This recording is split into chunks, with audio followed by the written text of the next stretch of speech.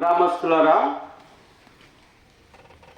ఈ ఉదయకాల సమయంలో ప్రభు అయిన యేసుక్రీస్తు నామములో మీకందరికీ ఉదయకాలపు శుభాభివందనములు తెలియజేస్తుంటున్నాం. యేసుక్రీస్తు ప్రభువారు లోకరక్షకుడు. ఆయన పాపుల రక్షకుడు.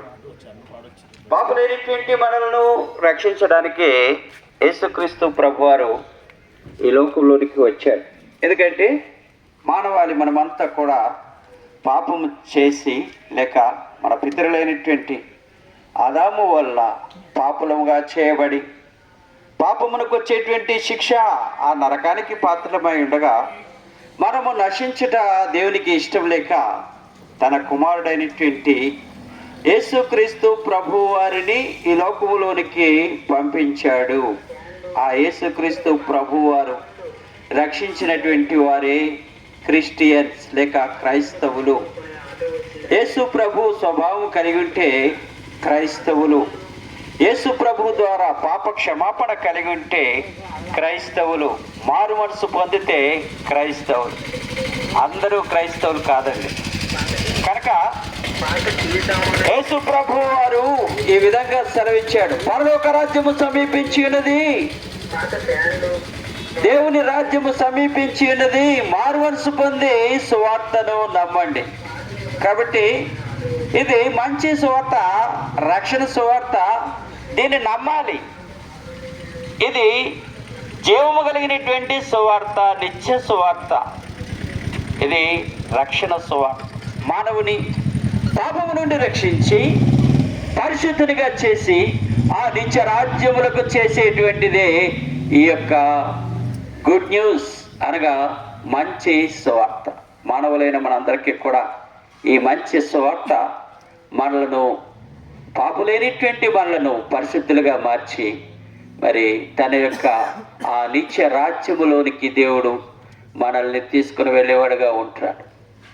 సరే, నేను నమ్మకపోతే ఏమవుతుందయ్యా అంటున్నావేమో నువ్వు. ఒకవేళ పాపములోనే ఉండి నీవు చనిపోయినట్లయితే పాపము ద్వారా వచ్చేటువంటి మరణం మరి ఆ యొక్క ఫలాన్ని నీవు పొందవలసినటువంటి వాడుగా ఉంటున్నావు.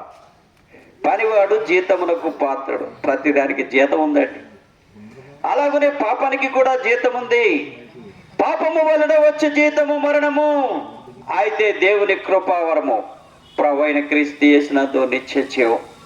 కనుక మన పాపములను క్షమించబడకుండా ఉన్నట్లయితే మన యొక్క ఆత్మకు నరకమే, మన ఆత్మకు నరకమే గతి.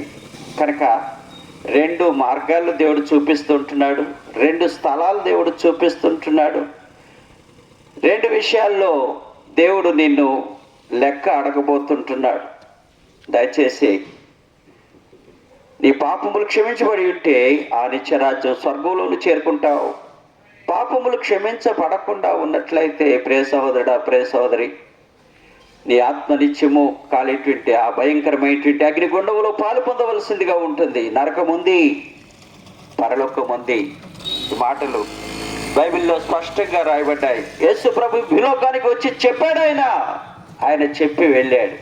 కనుక నీవెవరైనా సరే, నువ్వే అధికారివా, లేకపోతే నువ్వు పెద్దవా, నువ్వే కాల జమీందారువా, నువ్వే కాల భూస్వామివా, ఎవరైనా కానీ నువ్వు పేదవాడివా, ఆడవాళ్ళ, మగవాళ్ళ, ఏ భేదము లేకుండా మానవాళ్ళంతా కూడా ఆ ప్రియ ప్రభు యేసు ప్రభు ఇచ్చినటువంటి ఆ రక్షణను మనం పొందుకోవాలి.